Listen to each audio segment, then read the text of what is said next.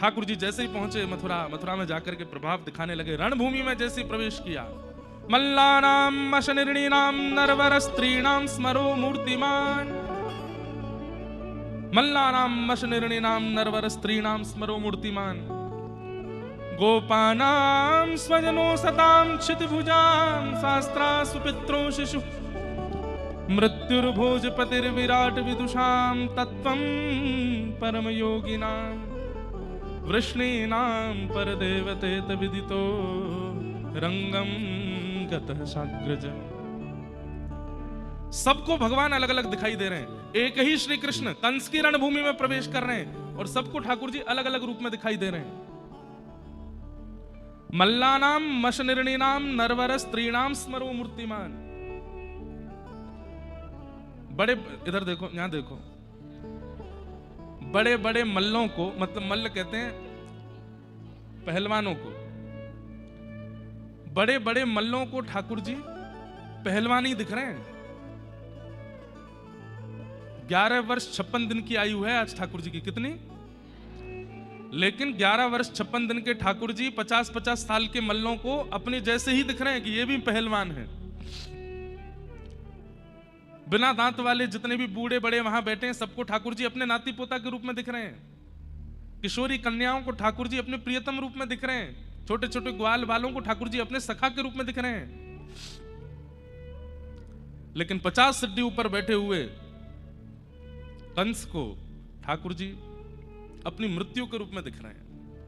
भगवान की सुंदरता का इतना वर्णन किया गया भागवत जी में, रामायण में राम जी का, लेकिन दुर्भाग्य देखो कंस को इतने सुंदर श्री कृष्ण में भी मृत्यु दिख रही है और रावण को प्रभु श्री राम में अपनी मृत्यु का दर्शन होता है। इतने सुंदर ठाकुर जी होते हुए भी उनको सुंदर दिखाई नहीं दिए। इसका अभिप्राय क्या है?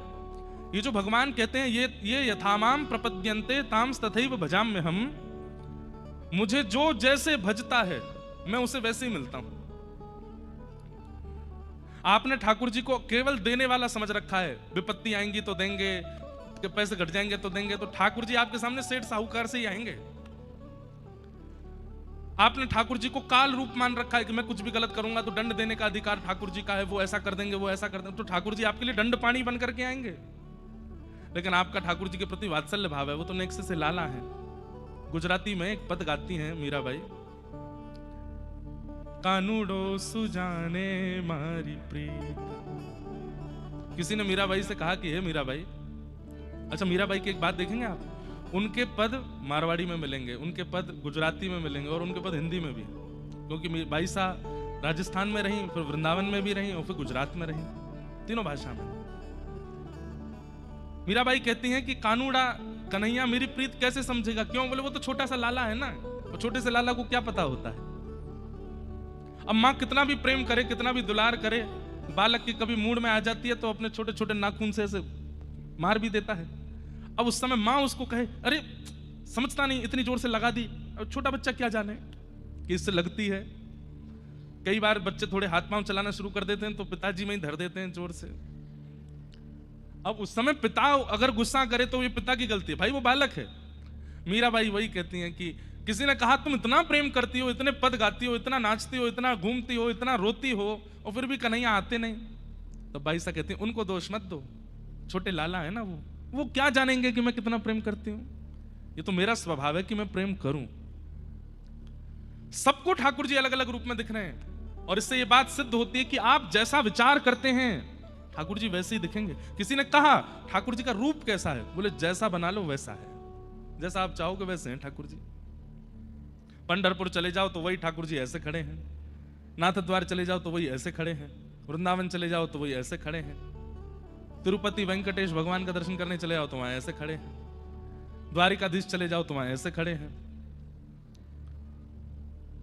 बद्रीनाथ चले जाओ तो वहां तपस्या में बैठे हैं, उडुपी दक्षिण भारत में उडुपी कृष्ण के दर्शन करने जाओ तो वहां ठाकुर जी ऐसा सुना हमने कि ऐसे हाथ में मक्खन है, चन क्या है, मैंने दर्शन नहीं किए, हमने किए हैं गुरुवायूर भगवान, वहां पे भी छोटे से गोपाल जी हैं, ऐसे टेढ़े मेढ़े से होके खड़े हैं, हाथ में सुंदर मक्खन ले रखा है, चंदन का श्रृंगार होता है वहां पे, बहुत सुंदर दर्शन है। पद्मनाभ चले जाओ तो वहां लेटे हुए हैं आसन पर, जगन्नाथपुरी चले जाओ तो वहां पर भुजा आगे करके पिघले हुए हाथ हैं। गोस्वामी तुलसीदास जी महाराज दर्शन करने गए, जगन्नाथ जी को देखते ही रोने लगे और तुरंत भागे मंदिर से। किसी ने पूछा आप क्यों जा रहे हैं? बोले कि मैंने ऐसे परमात्मा का तो चिंतन कभी नहीं किया था। इनके हाथ नहीं है, इनके पैर नहीं है, इनका मुख नहीं है, मैं कैसे देख सकता हूं इनको? कहां मैं अपनी स्तुतियों में गाता हूं, नव कंज लोचन कंज मुख कर कंज पद कंजारुण। कंज मतलब कमल, नव कंज लोचन, ठाकुर जी के नेत्र कैसे? बोले कंज यानी कमल जैसे। नव कंज लोचन कंज मुख कर कंज पद कंजारुण। सबकी उपमा कमल से दी है जिनकी मैंने, वो यहां कैसे बैठे? मैं इनका दर्शन नहीं करूंगा। अर्धरात्रि में राघव जी प्रकट हो गए, राम जी प्रकट हो गए। तुलसीदास जी ने प्रणाम किया, बोले तुमने हमारे जगन्नाथ भेष का दर्शन क्यों नहीं किया? बोले भगवान ऐसे रूप का मैंने चिंतन कभी नहीं किया, तो आपने ये रूप धारण क्यों किया? ये कौन सा रूप है बिना हाथ पैर वाला? राम जी बोले तुमने कभी नहीं किया ऐसे रूप का चिंतन? बोले नहीं। बोले किसने लिखी है चौपाई? कैसे है, मैं तो भूल गया। निज कर कर्म करहु विधि नाना, बिन पग चलहि सुनहि बिन काना। बिन पग चलहि सुनहि बिन काना, कर बिनु करम। निज कर कर्म करहु विधि नाना। बिना पैर के जो चलता है, बिना कान के जो सुनता है, बिना हाथ के जो सब कुछ कर देता है, ऐसे है प्रभु श्री राम। किसने लिखा ये? गोस्वामी जी को तुरंत याद आया, बोले अरे सॉरी प्रभु, मैं तो भूल ही गया था। बोले ये वही रूप है, जाओ दर्शन करो।